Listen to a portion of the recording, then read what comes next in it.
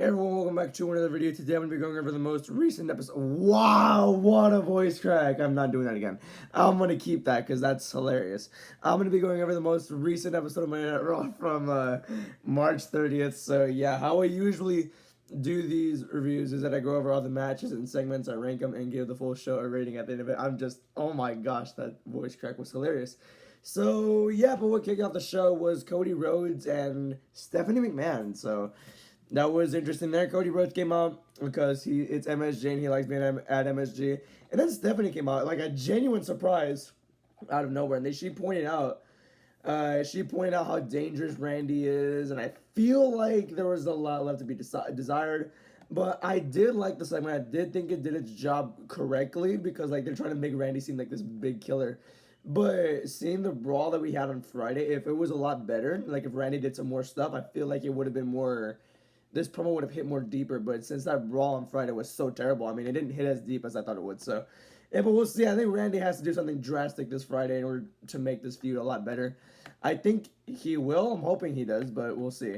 I'm gonna give this segment a 3.7 out of 5. I do question why Cody Rhodes walked out that quickly. I don't know. Yeah, that's about it there. So let's move on. So the opening match was the World Tag Team Championships and a street fight between the Usos with their terrible new theme and the versus Division. Now the Usos, like I just said, they have a new theme. I haven't heard it. I did hear it, but I haven't heard it since then, and I kind of don't remember what it sounds like. I just remember hearing "It's Just Us Us" and some random trap beat behind it. The Usos made that song, by the way.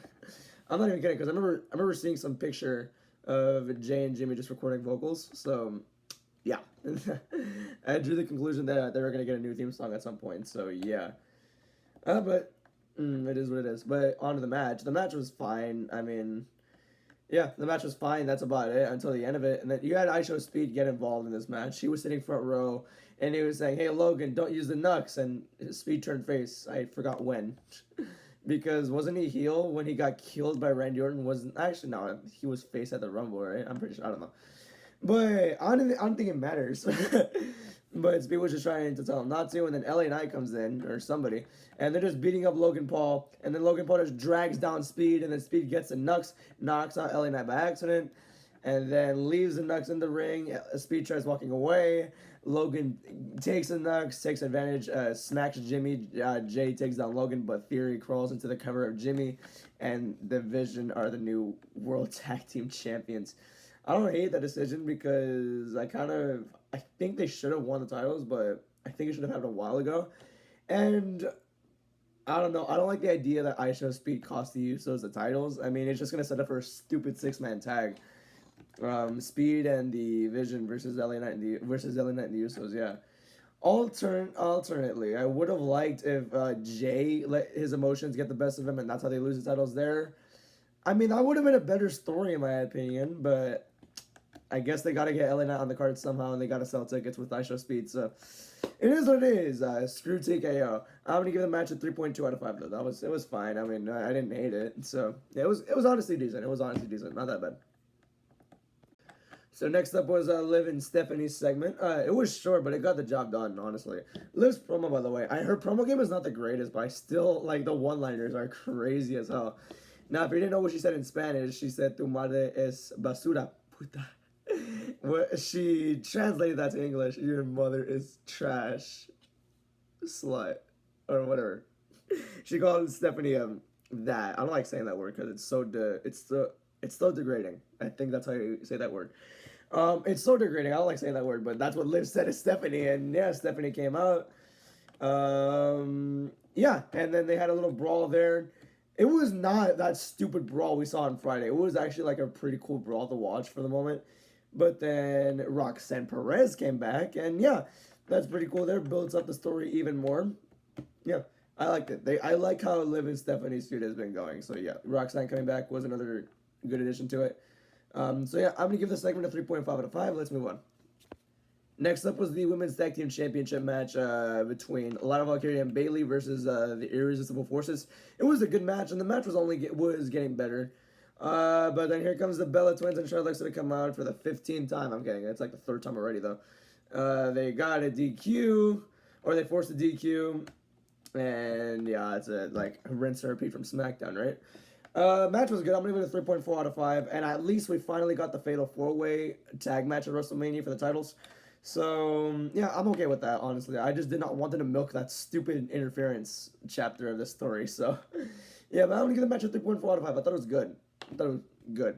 Yeah, it was gonna get better, too, but had to get this done, I guess. Next up was Brock Lesnar and Obafemi's near brawl. Now, you had Paul Heyman cut another promo again. And then this time, Brock actually talked for the first time since September. I know why. I know why he hasn't talked since September, because his last promo with R-Truth before the Cena match was so horrible. I guess they just let Paul Heyman take the mic for him every time now. I'm not too sure. But, yeah, Brock came out, was screaming to the mic saying, "Oh, but get your ass out here so we can fight!" And yeah, Brock was dressed for it too. He was shirtless. He had the gear, he had the gloves and the shorts on. So yeah, I thought we were gonna get like a good old MSG brawl. Obafemi came out, and so much anticipation was actually before that. It was Adam Pearce and the stupid security guards. Man, I hate that so much. They all came out, and they're like, "No, we're not gonna do this tonight." And I'm like, "Oh, here we go again." Obafemi came out, and yeah, here it went. Or they didn't brawl or anything, but they're making us wait for it, which I think is honestly a good idea. Brock and Oba is like a once in a generation match. It's like a really big money match. And I think they're trying to make us like wait or anticipate it more. Before this segment started, I was like, okay, Brock versus Oba is gonna be pretty cool. Now I'm just super hyped for it because it has this much backing for it. It has this much anticipation for it. When they finally get to fight, it's gonna be the biggest pop of the night. It's gonna be something the fans are gonna go crazy for. So I think it was a good, like a hot take, but I think this was a good idea to like keep them waiting, keep them on their feet. So yeah, even Triple H came out like that. Like Triple H coming out alone just signifies how insane this could be. So yeah, I'm gonna give it a 3.8 out of 5. RIP to the security guards that died again. So yeah, let's move on. Next up was the Intercontinental Championship between Penta versus Kofi Kingston. Penta got the win, and that's about it. It was just a good match, honestly. And I mean, why not, right? I don't need to say more. It was a good match. It was a fun match. That's about it. I'm going to give it a 3.6 out of 5. Although I do hope that Kofi turns heel at some point. I do hope he gets added to that ladder match, which, by the way, we're getting a ladder match at WrestleMania for the IC title. Rusev, JD, Javon, I forgot who else. Penta. I forgot who else. I hope Kofi gets added though, because I feel like he could be a really good addition to that. But yeah, that's about it there. I'm gonna give it a 3.6 out of 5. Let's move on. Next up was Paul Heyman and Seth Rollins' segment. Now this originally started off as like Paul and Seth like back and forth, or not back and forth, but it was Paul basically yapping and all that. And then Adam Pearce came out saying, "Have you checked your email? Seth is cleared." Uh, yeah, Seth is cleared, and yeah, he can come kill you now if he wants to. And then I haven't heard the burn it down theme in a while, by the way. Yeah, burn it down hits, and Paul Heyman just is scared shitless. And so Seth's running to the ring. He's gonna kill Paul Heyman, and then the person that I thought would attack Seth Rollins, I thought it was Braun Breaker, because apparently Braun Breaker was there, and he is medically cleared, but they're gonna save the match for a later time, I'm pretty sure. Gunther came out and killed Seth Rollins, put him to sleep on the table, and he literally cut himself doing that. Like he was bleeding from his from right here when he did that. That was insane to see. Like Gunther was going so hard that he cut himself doing that. But yeah, honestly, I don't know how this will go. Like, is Gunther gonna retire Seth? Probably not. But honestly, I don't care that we're having this match. I'm just excited for it because I think at this point, WrestleMania, this build is so stupid, it's so bizarre that I'm okay with just getting a random match at this point. I don't care anymore. Just take us to WrestleMania already, because the build is, especially on SmackDown. This show was good, but like on SmackDown, yikes. I mean, the card looks amazing. Imagine like you're someone who doesn't watch the weekly shows but is gonna watch WrestleMania. You would say, "Hey, this card is amazing. Have you seen the build? Fuck no."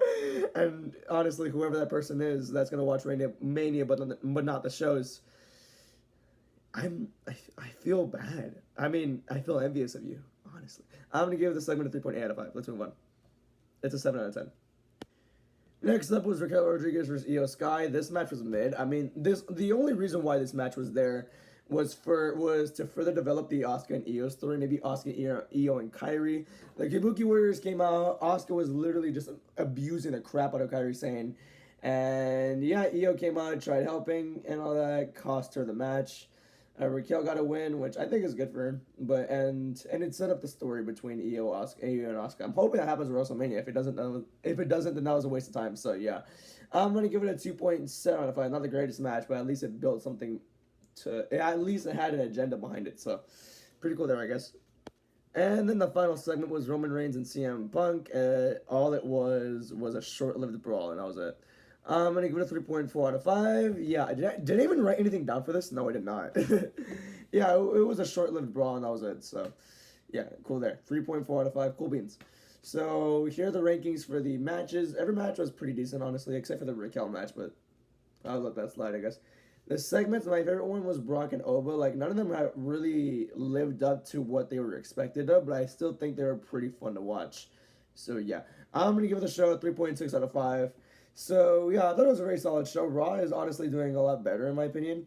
In the last 2 weeks, they've done really well. The one in San Antonio, I went to that. Was a great show. Last week in Boston was a pretty good show, too. This one was a pretty good show. So, yeah. Raw's doing good. SmackDown. Yikes! Oh, that's short to watch every week, especially because it's 3 hours. It's great. Oh, no. But yeah, that's it for this one, everybody. Thank you for watching. Have a good night. Goodbye.